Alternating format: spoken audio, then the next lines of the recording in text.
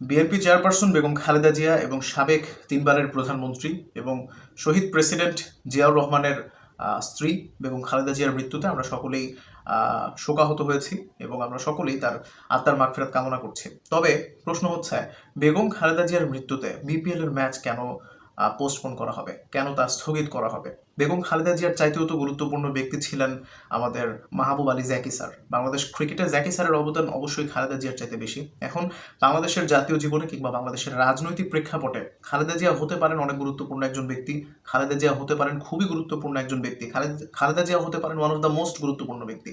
তাতে কি আমাদের ম্যাচ স্থগিত করতে হবে? ম্যাচ শুরুর মাত্র অল্প কিছু সময় আগে যেই দলের ম্যাচ হচ্ছে সেই দলেরই কোচ মাঠে লুটিয়ে পড়লেন এবং ম্যাচ চলাকালীন সময় তিনি মৃত্যুবরণ করলেন। ম্যাচ স্থগিত করা হলো না। আচ্ছা, ধরে নিলাম সেই ম্যাচ চলাকালীন সময়ে তিনি হাসপাতালে মৃত্যুবরণ করেছেন, তাহলে পরের ম্যাচটা তো স্থগিত করা যেত। পরের ম্যাচটা কেন স্থগিত করা হয়নি? বিষয়টা অনেকটা এমন হয়ে গেল না, আপনার বাবার চাইতে আপনার অন্য কারো মানুষের মৃত্যুতে আপনি বেশি শোক দেখাচ্ছেন, অতিরিক্ত বেশি শোকাহত হচ্ছেন। যদি ম্যাচ শুরুর কিছু সময় আগে আপনার দলের কোচ, হ্যাঁ আপনার দলের মেন্টর, তিনি অসুস্থ হয়ে মাঠে লুটিয়ে পড়েন হৃদরোগে আক্রান্ত হয়ে, ম্যাচ চলাকালীন সময়ে তিনি মারা যান, সেই ম্যাচ যদি স্থগিত না করতে পারেন আপনি, তাহলে কিভাবে আপনি আজকেও তো সেম একটা কাহিনী হলো। ম্যাচ শুরুর আগেই হয়তো আপনারা সকলেই খবর পেয়েছেন, ম্যাচের জন্য দর্শকরা সবাই টিকিট কেটেছে, সবাই দেখতে চলেও এসেছে, মাঠের বাইরে তারা ভুয়া স্লোগানও দিচ্ছে। এই যে তারা কষ্ট করে সিলেটে আসলো, আজকে কাদের ম্যাচ ছিল? ঢাকা এবং রংপুরের ম্যাচ ছিল দুপুরে। তো ঢাকার এবং রংপুর দুইটাই তো সিলেটের বাইরের দুইটা আলাদা জেলা, তাই না? তাই এই যে দূর দূরান্ত থেকে মানুষরা আসলো, ঠিক আছে, তারা যে টাকা খরচ করে, টাকা দিয়ে টিকিট কেটে তারা ম্যাচটা দেখার জন্য এসেছে, ঢাকা থেকে জার্নি করে অনেকে গিয়েছে কিংবা রংপুর থেকে জার্নি করে অনেকে সিলেটে গিয়েছে ম্যাচ দেখার জন্য, প্রিয় দলকে সাপোর্ট করার জন্য। তারা তো তাদের সময়টা, তাদেরও তো মূল্যবান সময়, এটার তো একটা দাম আছে।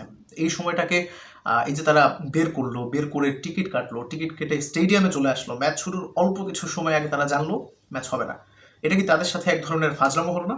এটা কি তাদের প্রতি একটা অবিচার হলো না? অবশ্যই অবিচার হয়েছে এবং এটার জন্য বিসিবিকে ডেফিনেটলি জবাবদিহি করা উচিত। আসলে জবাবদিহি করতেই হবে এরকম কিছু নেই, আপনি করতেই পারেন। যেহেতু আজকেই তিনি মৃত্যুবরণ করেছেন, আপনি পরের ম্যাচটা হয়তো স্থগিত করলেও করতে পারেন, কিন্তু যেই ম্যাচটা শুরু হবে অলরেডি দর্শক চলে এসেছে, পরের ম্যাচও কেন? আপনি আজকের কোনো ম্যাচই স্থগিত করা উচিত ছিল না। বিষয়টা অনেকটা মাঠ চাইতে মাসির দরদ অনেক বেশি, এরকমটাই মনে হয়েছে আমার কাছে। এনিওয়েজ, তিনি মারা গিয়েছেন, তার জন্য অনেক অনেক দোয়া থাকবে। রুহানি আত্মার মাগফিরাত কামনা করছি, আল্লাহ রাব্বুল আলামিন তাকে জান্নাত নসিব করুক।